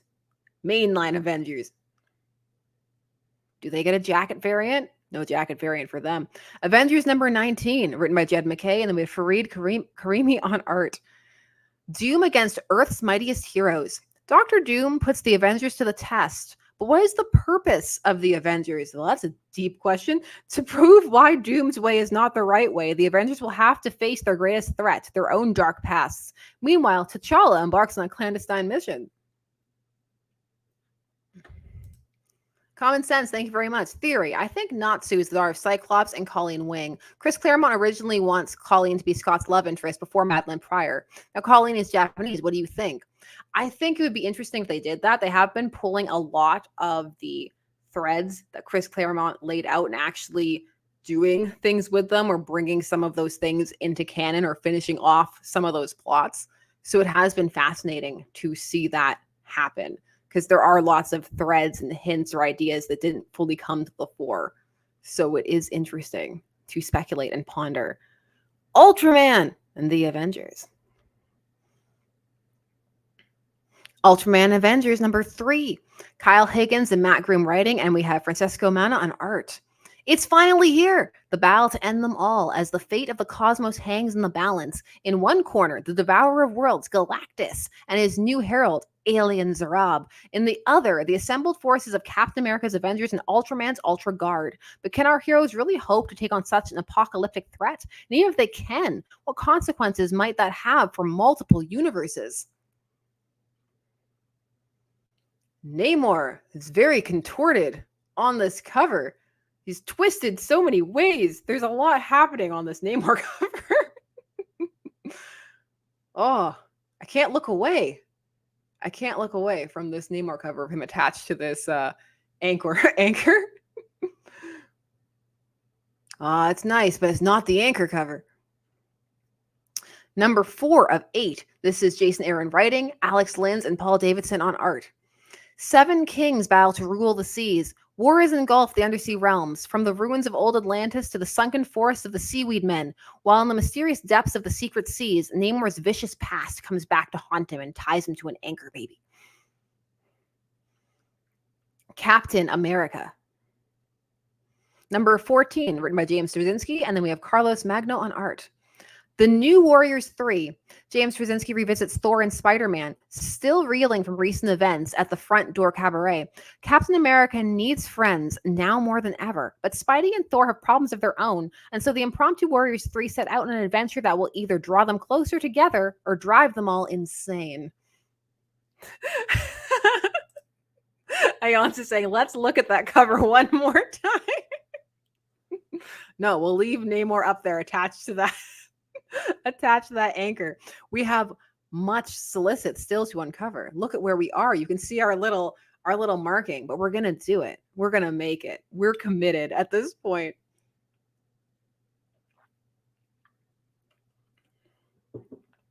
Fantastic Four.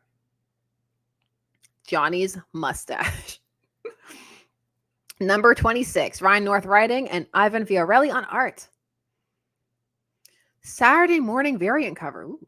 The world's smartest man, Reed Richards, universally acknowledged, and the world's hottest man, Johnny Storm, self-proclaimed, are home alone. Their only job is to make sure nothing untoward happens to the farmhouse while everyone else is away. But when Reed develops a magic detector that goes haywire when pointed at a specific spot in their basement, and Johnny convinces him that they should absolutely start digging up any and all cursed objects they find, things quickly spiral out of control. Will Reed and Johnny accidentally open a hellmouth underneath dear old Aunt Petunia's farmhouse? Yes. Will they be able to close it and fix everything for the rest of the Fantastic Four return? That's much less certain. Ghosts and demons star in the special Halloween issue, narrated by both Johnny and Reed. Halloweeny. Daredevil, Woman Without Fear.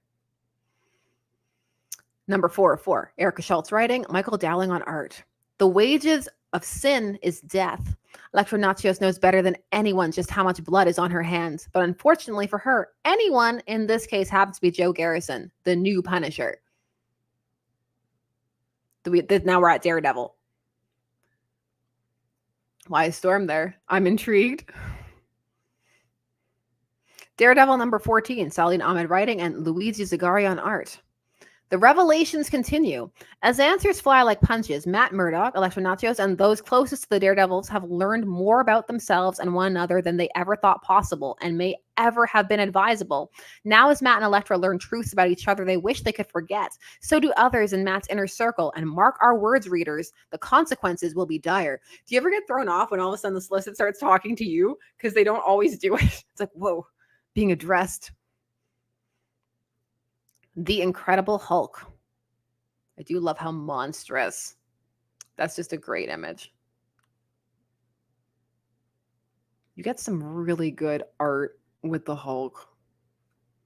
Incredible Hulk number 18, Philip Kennedy Johnson writing, Nick Klein on art. Hulk must protect his friend. To save Charlie Tidwell, Banner has betrayed Hulk, leaving him a slave of the immortal eldest. Meanwhile, Charlie finds a mysterious ally inside the cult of Lycana, one who could help Charlie escape or bind her fate to the Skinwalkers forever. This issue leads directly into next month's Incredible Hulk Legacy number 800. Don't miss it. I mean, most issues lead directly into next month. I know what they're trying to say, though, because they're like, ooh, number 800, legacy numbering. You need it. There's a lot of you need it kind of energy in some of these. Like, this is the first appearance. This is legacy numbering. The Immortal Thor. The Immortal Thor is looking quite chiseled over here. Immortal Thor number 16 by Al Ewing writing, and then we have Jan Bazaldua on art. A blast from the past. In Asgard, Thor weighed his obligations as Allfather and as Gaia's child and what he owed to both sides of his nature. While on Earth, a risen evil sought new gods to challenge the old and found them in Thor's earliest foes. This is the story of the immortal Thor and the radioactive man. Watch out, radioactive man. Cover redacted. Deadpool number 7. Classified. So I have another thing for another San Diego Comic-Con thing for Deadpool, because they're killing Deadpool off. We talked about that a few streams back. They're replacing him with his daughter. That's what they're doing with that. They're going to kill Deadpool off and replace him with his daughter, who has a costume and everything, and they pulled that up at SDCC. Blood Hunters. That image of that cat licking that blood causes me to have a visceral reaction. I know I'm not showing it on my face, but no thank you. Because it's Halloween, though. Why is she biting her lip? Is she biting her lip because of the things that are happening up here? Is that what's happening? Blood Hunters number 3 of 5. Erica Schultz writing, Robert Gill on art. The Blood Coven strikes. It's an all-out action issue as the super vamp villains finally descend upon the Blood Hunters. Will a vampirized Spider-Man on their side be enough to push back the darkness? Marvel's newest and bloodiest team faces their ultimate challenge, but not bloody enough for a poly-blood variant. Scarlet Witch. Ooh, I like this one, even though based on the lighting, he almost looks like he's in a slightly different style than her, but this is really cool. Scarlet Witch number 5. Steve Orlando writing, Lorenzo Tometa on art. Haunting in Hell's Kitchen. When the Scarlet Witch and Daredevil team up to exorcise a murderous spirit from the subway tunnels of Hell's Kitchen, Wanda realizes she's encountered the entity before, but will that knowledge be enough to save a train car full of possessed civilians? I sure hope so. Get Fury. Number 6 of 6. Garth Ennis writing, Jason Burrows on art. You thought things were looking bleak and rough last issue? You were right, but things get worse for our heroes. Short and to the point. We have Alien Romulus number 1. This is Zach Thompson writing, Daniel Picciotto on art, and we don't have the cover. Some of them have gone AWOL. Following the theatrical release of the highly anticipated blockbuster Alien Romulus, Marvel Comics presents an all-new story revealing secrets of the film's legendary antagonists. So tie-in stuff. How did Xenomorphs find Rain, Andy, and their scavenger crew? Familiar faces lurk in the shadows, and this issue shines light on them all. Horror Master Zach Thompson and rising star Daniel Picciotto collaborate directly with filmmakers for this must-have collector's item. Must-have collectors. See, they're doing it with a lot of things. I feel like maybe that's part of why there is also some pushback against the QR code stuff. Ewoks. Hold on, there are Ewoks. Okay, where do we stand on Ewoks? I like the Ewoks. They say that the age when you saw Ewoks determines how you feel about Ewoks. I saw Ewoks as a child. I think they're cute.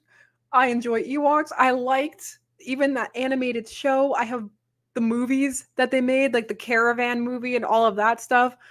I liked those. I went back and rewatched some of the cartoon. A lot of it does not hold up, but Morag does. Morag's still scary. But I don't know. I liked Ewoks. I like this cover. Yay. It's Wicked. All right. Star Wars Ewoks 1 of 4. Steve Orlando writing. Alvaro Lopez and Laura Braga on art. A team of Imperial-led bounty hunters and scavengers arrive on the forest moon of Endor, searching for a secret cache of Imperial weaponry.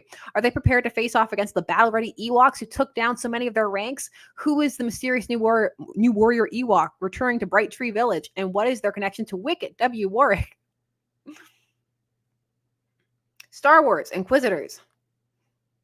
Well, this cover has no Ewok. Ooh, this one's cool. Number 404, Rodney Barnes writing, Ramon Rosales on art. Seething at his Inquisitor's failure to eliminate Jedi Tensu Rune, Darth Vader turns up the heat, like on this cover, and the bodies pile up. While eluding his hunters, Tensu remains dedicated to rebuilding the Jedi Order, but as those close to him face greater risk, he has no choice but to face his fate head-on. Jaded by his pursuers' disastrous rampage, what path will Tensu take, and what will it mean for the future of the Jedi?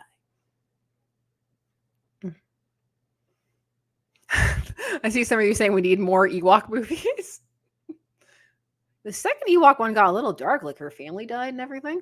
Star Wars, Ahsoka.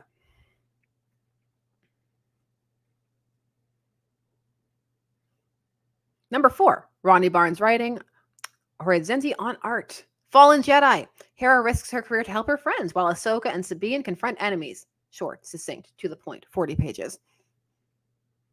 Star Wars, The Battle of Jakku, Insurgency Rising. That's nice. That's a cool one. I know, it hurts, but I think the second one's interesting. Twincast is saying, I despise the second Ewoks movie because it immediately undoes the first movie's happy ending with slaughter. But there's some really interesting things that happen in 2, despite how depressing it is at the start. This is Insurgency Rising, number 1 of 4. Alex Segura writing, Leonard Kirk and Stefano Raffaele on art. New Republic stave off an unexpected and deadly new threat. A defiant Imperial takes center stage and goes on the offensive against the New Republic. Leia makes a startling discovery in the forests of Endor. Who are the mysterious and deadly acolytes of the Beyond? What is the new villain's connection to Darth Vader? All this as the post-Return of the Jedi storytelling begins. Star Wars Battle of Jakku, Insurgency Rising. We have more. There's more. 2 of 4. Same team. But we're missing one person. Almost same team. Let's go. The New Republic faces deadly adversaries. Mon Mothma and Leia must make a difficult decision to deal with a defiant Imperial hell-bent on preserving the legacy of Palpatine and Vader. Luke hunts for a lost Jedi relic, but makes a startling discovery. The underworld simmers with intrigue as an unholy alliance is formed. A ragtag group of New Republic heroes sets out on a mission, and their return is not guaranteed. Oh my goodness. Oh, do we have the other one here too? Oh, 3 of 4. Okay. Leonard Kirk and Jethro Morales this time. Same writer, let's go. Kes Dameron faces death in the grip of a fearsome Imperial threat. Who is the mysterious Reyna Oscar, and what does her influence over the defiant Imperial mean for the New Republic? Does the defiant Imperial have an Inquisitor by his side? Our villain consolidates his power, but at what cost? An iconic familiar face arrives to save the captured heroes. And now we're in the trades, I think. I think we've hit Trade Town, have we? This is the Amazing Spider-Man Omnibus, Volume 6, Keith Pollard. Cover. Ooh, I like it. Marv Wolfman. Yeah, okay. I think we have hit... Yep. Yeah, we've hit the covers for the Omnis. So let's scroll through the Omnis, because I always like to see what's going on.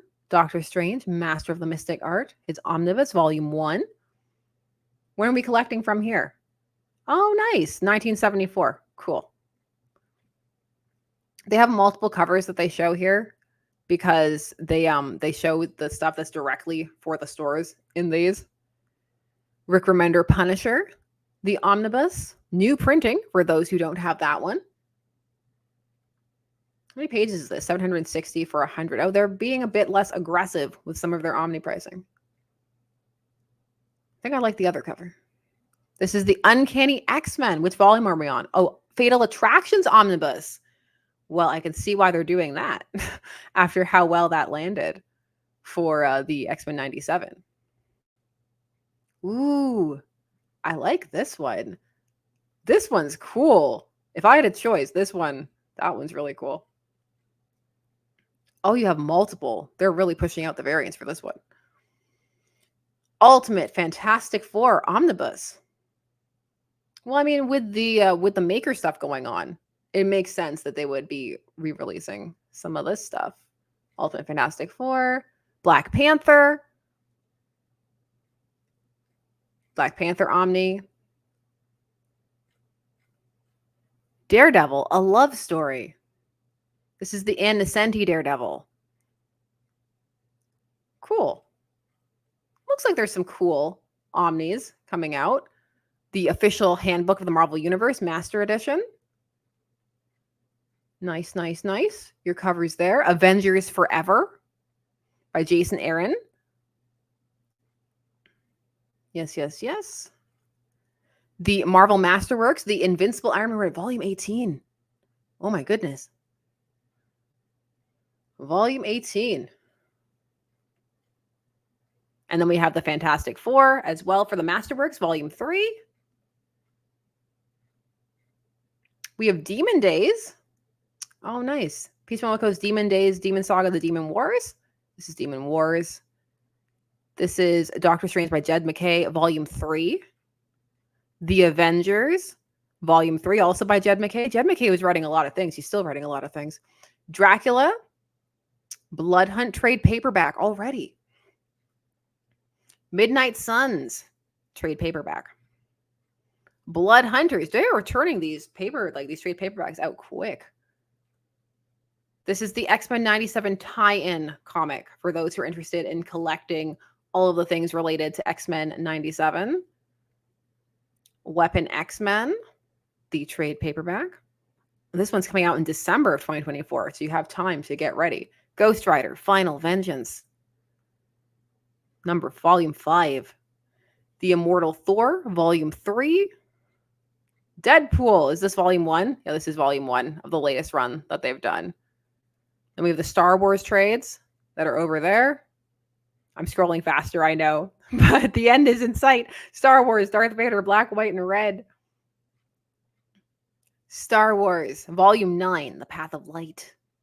The Amazing Spider-Man, Volume 11.